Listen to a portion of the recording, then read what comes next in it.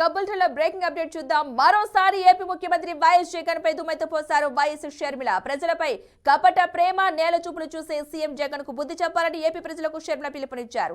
తాను ఎన్నడూ ఏమీ ఆశించి జగన్ వద్దకు వెళ్లలేదని అన్నారు. వైఎస్ రాజశేఖర రెడ్డి కుటుంబంలో చీలికలు రావడానికి కారణం ముమ్మాటికి జగనేనని, దీనికి సాక్ష్యం తమ అమ్మేనని షర్మిల సంచలన వ్యాఖ్యలు చేశారు. అన్ని వర్గాల వారి కోసం అంబేద్కర్ రాజ్యాంగాన్ని రూపొందించారన్న షర్మిల జగన్ రాష్ట్రంలో బడుగు వర్గాన్ని దారుణంగా దగా చేస్తున్నారని ఆరోపించారు. పులి కడుపున పులే పుడుతుందని, తనది వైఎస్ఆర్ రక్తమని, ఎవరు అవునన్నా కాదన్నా తాను వైఎస్ఆర్ షర్మిలారెడ్డిని అని అన్నారు. రీజనల్ పార్టీస్ అధికారంలోకి వచ్చి నియంతల్లా మారి కొన్ని రాష్ట్రాలలో రాజ్యాంగాన్ని కాలరాస్తున్నారు. ఇది జరగరాదని, దీన్ని ప్రోత్సహించరాదని కాంగ్రెస్ పార్టీ ప్రజలందరినీ హెచ్చరిస్తుంది. ప్రభుత్వాలేమో పెద్ద పెద్ద స్టాచ్యూలు పెడుతున్నాయి, స్టాచ్యూ ఆఫ్ సోషల్ జస్టిస్ అంటున్నారు.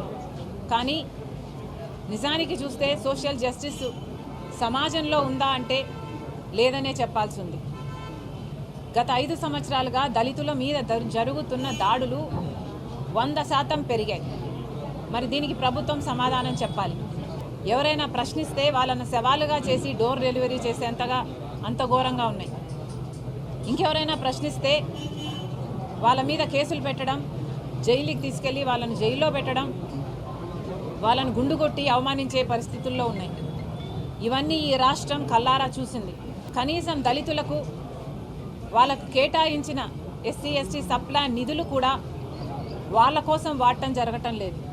మొత్తం అన్నీ డైవర్ట్ చేస్తున్నారు, ఇష్టారాజ్యంగా పరిపాలన చేస్తున్నారు. వైఎస్ రాజశేఖర రెడ్డి గారు అయినప్పుడు ఆయన బిడ్డ వైఎస్ షర్మిలారెడ్డి కాకుండా ఎలా పోతుంది? ఆయన మనవడు రాజశేఖర రెడ్డి గారు మరీ ముఖ్యంగా కోరుకొని మా నాన్న పేరు పెట్టుకుంటాను అని వైఎస్ రాజారెడ్డి అని పేరు పెడితే ఆ మనవడికి ఆ పేరు కాకుండా ఎలా పోతుంది?